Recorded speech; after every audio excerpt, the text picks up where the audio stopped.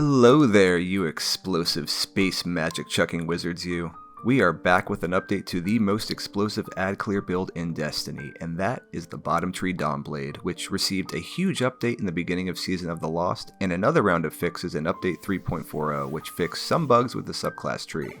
If you enjoy the content, do the YouTube thing, like, comment, subscribe, all that jazz, algorithm, yada yada yada. Don't you yada yada over the best part? No, I mentioned the algorithm. Before I get into what changed with bottom Tree Dawnblade, here is the build in question. Sorry, I lied, there's two builds, one with Elemental Wells and the other with Charge with Light. The stats to aim for on both builds are Tier 10 Recovery, Tier 10 Discipline, and as much Intellect as you can squeeze in. I was able to hit Tier 7, but that'll highly depend upon your own legendary rolls and more importantly your exotic. Speaking of which, the exotic we're using is Dawn Chorus. This makes your super a monster, as a burn effect to your grenade's initial impact, but any solar ability kill will start that glorious chaining of explosions. The first build centers around Elemental Wells. The mods are Ashes to Assets, Hands-On, Grenade Kickstart, Absolution, Innervation, Explosive Finisher, and Particle Deconstruction. Combat mods are Elemental Ordnance x2, Well of Ordnance, Bountiful Wells, and Explosive Well Maker.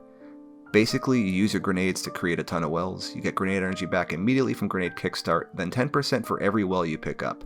Well of Ordnance adds about 6%, but there's a cooldown, so if you pick up a bunch of wells in quick succession, then only the first well will get that extra 6%. To supplement the wells, you also get 15% grenade energy from picking up Orbs of Power, and if all else fails, you can use your finisher to fully recharge your grenade. And if you're not using Particle Deconstruction, you can toss on Bomber for yet another way to get back 20% of your grenade energy just from dropping your Rift.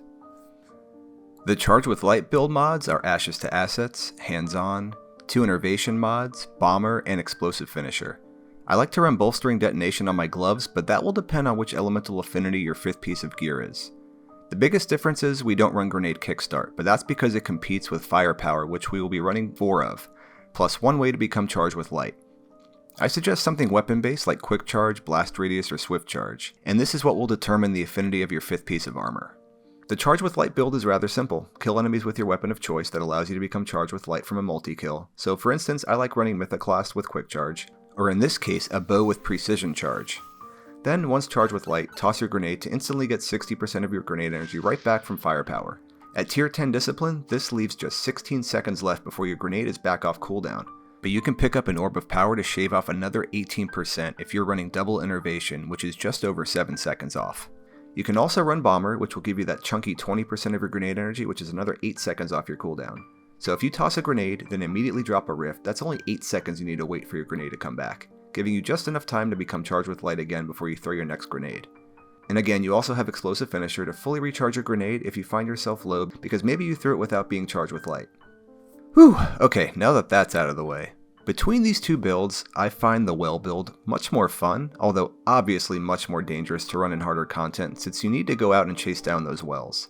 It is much more team friendly since you literally create a ton of wells for your entire fire team, and it's also very reliable to get all of your grenade energy back just from collecting the wells. On the other hand, the Charge with Light Firepower build is much better suited to harder content as you don't need to leave the safety of cover to gather wells.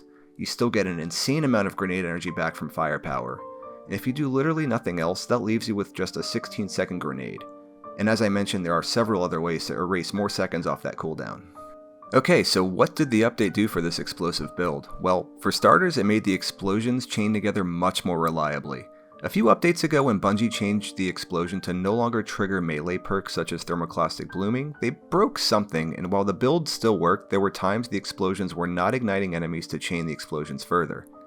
Well, this has now been fixed, and it is back in all its former glory. I mean, just look at this. It's so beautiful. The other change was to Phoenix Dive, and it now no longer suppresses movement abilities for 2.5 seconds. Previously, this would lock you out of sliding, which I'm sure caused many of us to check whether or not our controllers were broken. I know I did.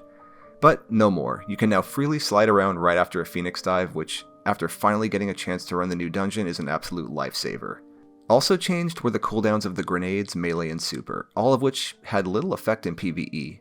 All the numbers I mentioned previously were with the new cooldowns, so grenade spam is still alive and well, plus with Ashes to Assets we get our super back insanely fast. This is still the best ad clear in all of Destiny. at least for warlocks. That Hunter Shuriken spam build is pretty nasty, but I've barely got enough time to play one class, let alone 2 or 3, and I'm a space magic daddy at heart, so warlock it is. Thanks for tuning in. Next up, I'm going to be making some fun new PvP builds. Until we meet again, sayonara.